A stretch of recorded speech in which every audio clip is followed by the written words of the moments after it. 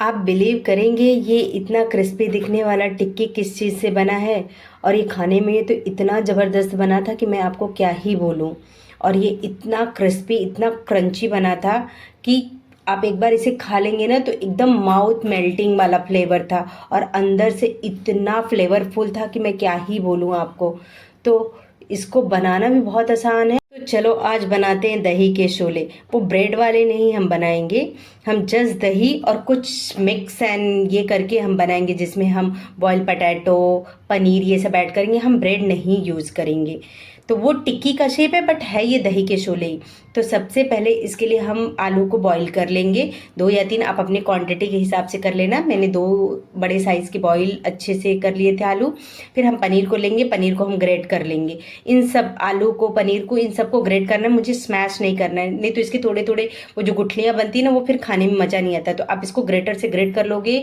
और फिर हमने एक बड़े साइज़ का प्याज लिया जिसको हमने चॉपर में चॉप कर लिया। और इसके पानी हमको निचोड़ के निकाल देना, नहीं तो अगर ये पानी इसमें चला गया ना तो वो पूरा बैटर हमारा जो है ना वो गीला बनेगा, तो वो बिल्कुल भी खाने में मज़ा नहीं आएगा। तो इसके पानी सारे निकाल देना।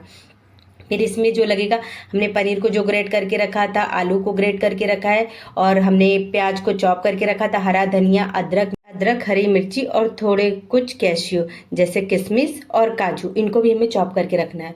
और इसको मेन बनाने के लिए जो इंग्रेडिएंट है वो हंकड़। दही को पहले हमने आधे घंटे तक, हंकड़ मतलब मैंने जो नॉर्मल अपनी दही होती है ना उसको आधे घंटे तक हमने छन्नी में रखा ताकि इसके सारे पानी निकल जाएंगे। तो ये ऑलरेडी एक चक्के वाली दही बन जाती है। और इसको अब 10 मिनट के लिए फ्रिज में रख दो तो वो थिक हो जाता है। बस यही है।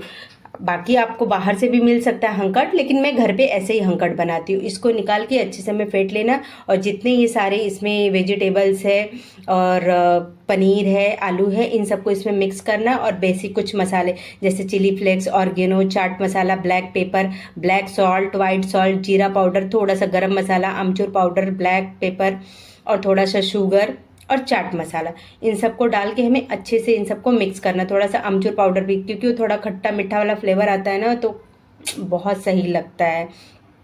तो इन सबको डाल के अच्छे से मिक्स करेंगे। फिर हम उसमें 2 चम्मच हम कॉर्नफ्लावर स्टार्च डालेंगे और 1 चम्मच हम मैदा डालेंगे और 2 स्पून हम इसमें मिल्क पाउडर डालेंगे, क्योंकि मिल्क पाउडर के बाद जो टेक्सचर आता है ना वो आपको एकदम ऐसे लगेगा कि अब चीज़ का कोई तो खा रहे हो, इतना टेस्टी वो लगता है। तो इन सबको अच्छे से डाल के मिक्स करेंगे और मिक्स करके इसको हार्डली 10 मिनट के लिए आप फ्रिज में रख दो, क्योंकि ये दही है ना जैसे ये सारे वेजिटेबल्स के अंदर जाएगी, जैसे मिक्स होगा ना तो वो मेल्ट होना शुरू हो जाती है। तो हम फ्रिज में रख देंगे तो ये सेट हो जाएगी। और हाँ, इसको मिक्स करने के टाइम आप बिल्कुल भी हाथ यूज़ मत करना अपना हैंड, इसे किसी स्पून से ही मिक्स करना।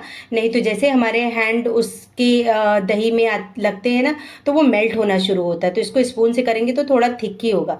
बस 10 मिनट के बाद इसको फ्रिज से निकाल लेंगे।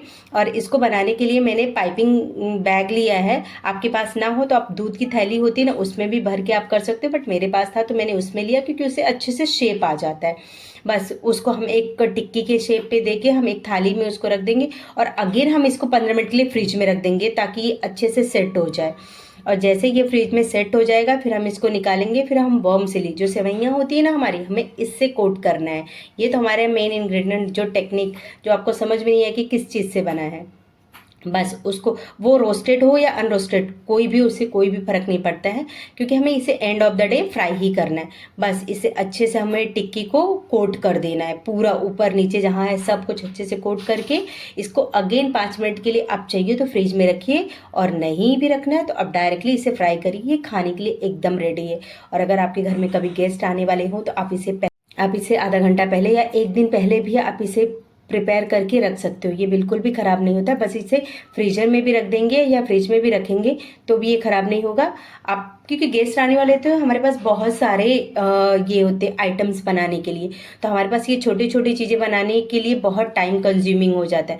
तो हम अगर इसे एक दिन पहले भी प्रिपेयर कर लेंगे या इसे हम 5-6 घंटा पहले भी प्रिपेयर कर लेंगे, बस गेस्ट आए फटाफट गर्मा तेल में डाल के फ्राई करो और गर्मा गर्म उनको खाने के लिए दे दो। और ये खाने में भी इतना स्वाद होता है कि मैं क्या ही बोलूँ। आप अगर इसे बनाएंगे तो लोग आपसे पूछेंगे बाहर से आपने कहाँ से इसे लाया है, क्योंकि बिल्कुल भी ऐसा नहीं लगता कि आपने इसे घर में बनाएंगे। इतना खाने में स्वादिष्ट बनता है कि मैं क्या ही बोलूँ। तो आप लोग भी इसे ज़रूर बनाइए।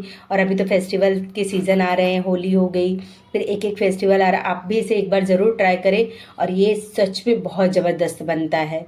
तो आप ये दही के शोले एक बार ज़रूर ट्राई करो। ये क्रिस्पी भी बहुत रहता है, क्रंची भी होता है और अंदर से जो फ्लेवरफुल होता है ना, एकदम माउथ मेल्टिंग होता है कि आप खाएंगे तो आप सोचते ही रहेंगे इसमें क्या क्या, क्योंकि इसमें हमने बहुत सारे इंग्रेडिएंट्स, बहुत सारे वेजीज, बहुत सारे स्पाइसेस, फिर ड्राई फ्रूट, नट्स, सब कुछ इसमें ऐड किया है, पनीर है, पोटैटो है, तो एक क्रंच, क्रिस्पी, सब कुछ फ्लेवर है। तो ये इतना स्वाद लगता है और एकदम अंदर चीज़ी फ्लेवर आता है, क्योंकि मिल्क पाउडर होता है, फिर दही होता है, हंकड़, उन सब का एक फ्लेवर जब मिक्स होता है ना, तो आप आपके मुंह में जाने के बाद ना आप एक एक चीज़ को डिवाइड ही नहीं कर पाओगे कि किस चीज़ से बनाएगी, इतना फ्लेवरफुल होता है।